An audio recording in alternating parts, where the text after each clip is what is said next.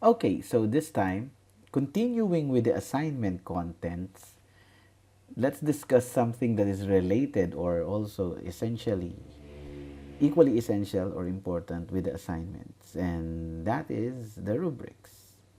So, ira-right click ko ito, opening ito ng new tab, makikita ninyo, I already have existing rubrics here. So, kung meron ka ng existing rubrics, how do you add this to an existing assignment? Simple lang. Ano? You just click this assignment. Diba? So you have your instructions content there, and then you have your points, you have your required submission, and then makikita mo rito yung button, create a rubric or find a rubric. Okay, so if you're just going to add an existing rubric, just click find rubric.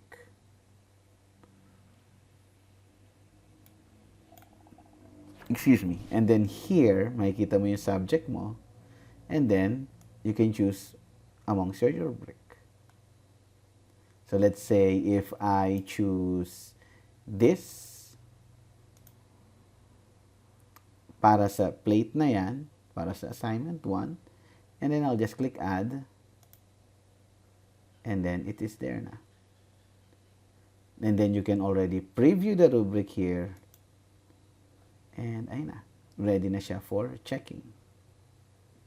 Okay, so that's one way of adding a rubric.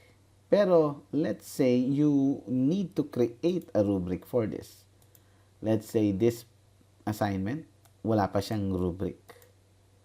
Okay, so ngayon, ang gagawin ko, again, I'll go back to the rubrics, and then inside here, I will just click create a new rubric. So of course, I can put a title here. Let's say this is for CP01 class plate 01 underscore creating objects, so that the students will know, syempre, na ito talaga yung rubric for this.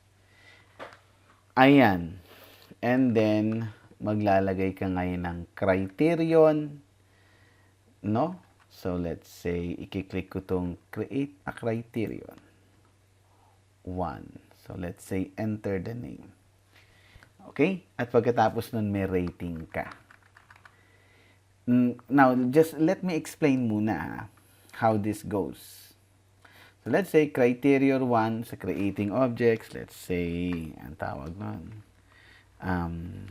procedure. And then, describe the procedure. Dito, no, sa iyong criterion procedure, and then the maximum number of points. Let's say the maximum number of points here is 20. 20 lang muna. And then, you can already press enter. Press enter or click sa empty area para ma-apply yung 20, and then makikita mo magsa-subdivide na siya. Okay, so meron kang ratings dyan. So, let's say, ang ratings na to ay gusto ko pang dagdagan. Gagawin ko 5 ratings. Ayan siya. So, meron na kaagad siya.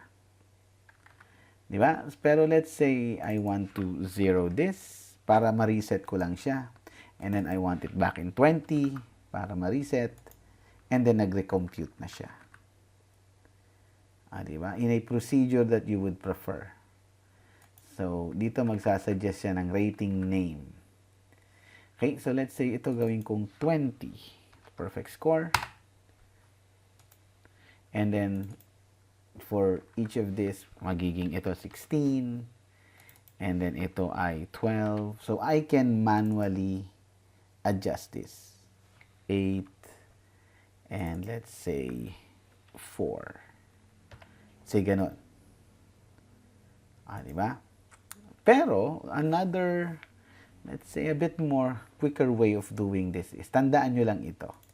Criterion, description of criterion, rating, description. Tandaan nyo yan. Diba? At saka yung maximum points mo. Let's say that.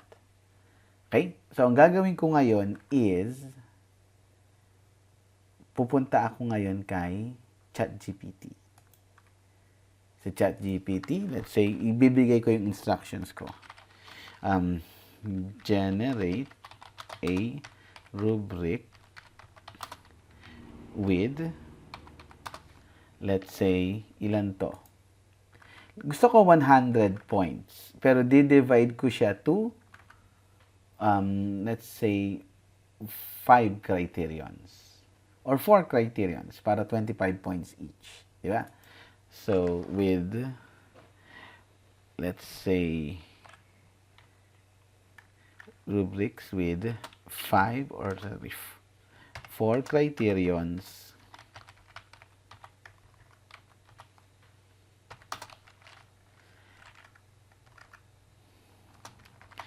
include description,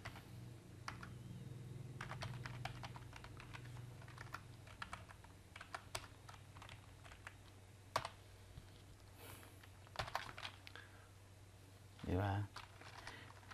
4 criterions, let's say, generate a 100 points rubrics with, lagay ko na lang tong ganito, colon, yan, 4 criterions, tapos maglalagay ako ng, let's say, 5 ratings, include the description. Generate a 100 points rubrics for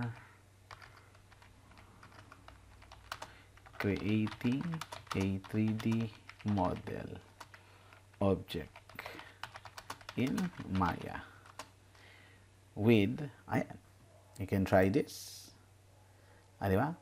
And then you can just press enter. So, gagawa siya ngayon yan.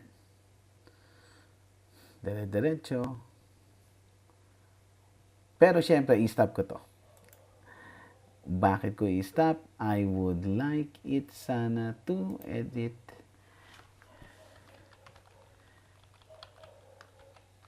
Gusto ko in table format. Para pag ginawa niya in table format na kaagad. Madali ko makita. So, uulitin niya yung pag-generate. And ayan na, makikita ko ngayon. Di ba? So, with this, I can easily copy and paste that. Di ba? I can easily copy and paste this. Lalagay ko na lamang siya dito. Sa canvas. Di ba? I can cancel this. So, I can easily copy and paste the contents here. Di ba? You can also have this downloaded. Pwede mo siyang excuse me. You can also choose to have this downloaded as an Excel file and then upload it here sa ating Canvas rubrics. Okay, so that's how I have created, oops, let me exit. That is how I have created the rest of my rubrics here. So, ganun ko lang siya ginawa. Diba? And I was able to add it sa mga plates ng aking Canvas assignments. Okay? So, that is how. So, lalagay ko na yung isang rubric ko. Let's add.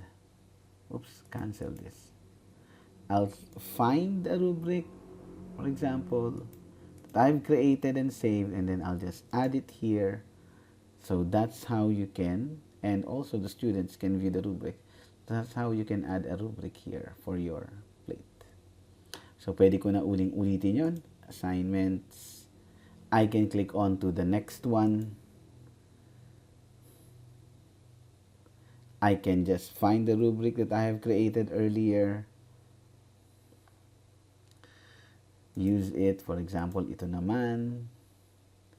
and then go back. So each has a rubric na. Finding it, add it, saving it. So now, the students will be able to see yung rubrics na nilagay mo doon. Okay? So, that's how you add or create a rubric for your assignments. That's also part of our clearance, diba? So, I hope this helps.